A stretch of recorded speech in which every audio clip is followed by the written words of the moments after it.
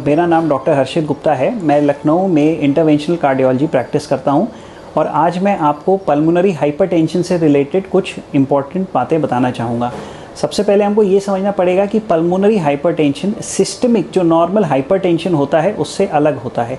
Hypertension वो होता है जब हमारे हाथ में जब हम लोग नसों में ब्लड प्रेशर चेक करते हैं और वो हमें बढ़ा हुआ मिलता है, जबकि पल्मोनरी हाइपरटेंशन वो माना जाता है जब जो हार्ट से लंग्स के बीच में जो नस चलती है उसमें अगर ब्लड प्रेशर बढ़ जाएगा तो ये पल्मोनरी हाइपरटेंशन के नाम से जाना जाता है। और ये ब्लड प्रेशर जो नॉर्मली हम लोग टर्म यूज़ करते हैं उससे थोड़ा अलग रहता है। जहाँ तक पल्मोनरी हाइपरटेंशन के इंसिडेंस का सवाल है, हमको ये समझना पड़ेगा कि पल्मोनरी हाइपरटेंशन ऐसी चीज़ है जो बहुत ज़्यादा लोगों को उसके बारे में जानकारी नहीं है। यही कारण है कि पल्मोनरी हाइपरटेंशन का इंसिडेंस अपने अराउंड बहुत ज़्यादा है, पर उसका डिटेक्शन शायद उतना ज़्यादा नहीं हो पाता है। यूएस में और वेस्टर्न कंट्रीज़ में इसकी जो क्वांटिटी है, जो लोग पाए जाते हैं, वो काफ़ी ज़्यादा है एज़ कम्पेयर टू अपने भारतवर्ष में। तो अब हम समझेंगे कि पल्मोनरी हाइपरटेंशन के मुख्य लक्षण क्या होते हैं। नॉर्मली जब भी कोई पेशेंट हमारे पास ओपीडी में आता है तो उसकी कॉमन कंप्लेंट्स होती हैं, जैसे कि सांस फूलना, घबराहट, बेचैनी, छाती में दर्द, चक्कर आना, बेहोशी आना, धड़कन महसूस होना। ये सब लक्षण पल्मोनरी हाइपरटेंशन के हो सकते हैं। इनफैक्ट छाती ही नहीं, पैरों में सूजन आना, पेट में दर्द होना, ये सब भी पल्मोनरी हाइपरटेंशन के लेट लक्षणों में पाया जा सकता है। एग्जामिनेशन में कोई बहुत मुख्य फाइंडिंग्स नहीं होती हैं। ईसीजी एक इम्पॉर्टेंट टूल है जिससे थोड़ा बेसिक अपने को आइडिया लग सकता है कि कुछ पल्मोनरी हाइपरटेंशन के चेंजेस हैं या नहीं है। एको एक ऐसी मोडालिटी है जो एक बहुत ही इजीली अवेलेबल है और इससे बहुत अच्छा हमको जानकारी मिल सकता है हार्ट की कंडीशन के बारे में, वैल्व्स के बारे में और पल्मोनरी आर्टरीज और उनके प्रेशर के बारे में। सिंपल इको की जांच से हम ये पता कर सकते हैं कि पल्मोनरी आर्टरी प्रेशर्स क्या चल रहे हैं और इनकी वजह से हार्ट पे कोई समस्या है या नहीं है। यही नहीं, पल्मोनरी हाइपरटेंशन कई प्रकार का होता है और इको की जांच से हम ये तक पता कर सकते हैं कि ये पल्मोनरी हाइपरटेंशन का कारण क्या है।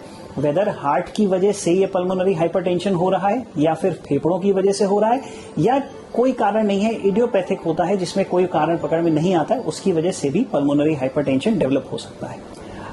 हमको ये समझना पड़ेगा कि किन लोगों को पल्मोनरी हाइपरटेंशन के प्रति जागरूक होने की जरूरत है या फिर अपने को चेक कराने की। लक्षण तो हमने बता दिए हैं, इसके साथ ही वो लोग जिनको पहले से कोई फैमिली हिस्ट्री रही है, परिवार में किसी को पल्मोनरी हाइपरटेंशन की दिक्कत रही है, या फिर वो लोग हैं जो कुछ ऐसी दवाओं का सेवन करते हैं जैसे वेट लॉस की कुछ मेडिसिन होती हैं या फिर कोकेन वगैरह है, ये सब इसका सेवन करने से पल्मोनरी हाइपरटेंशन डेवलप हो सकता है।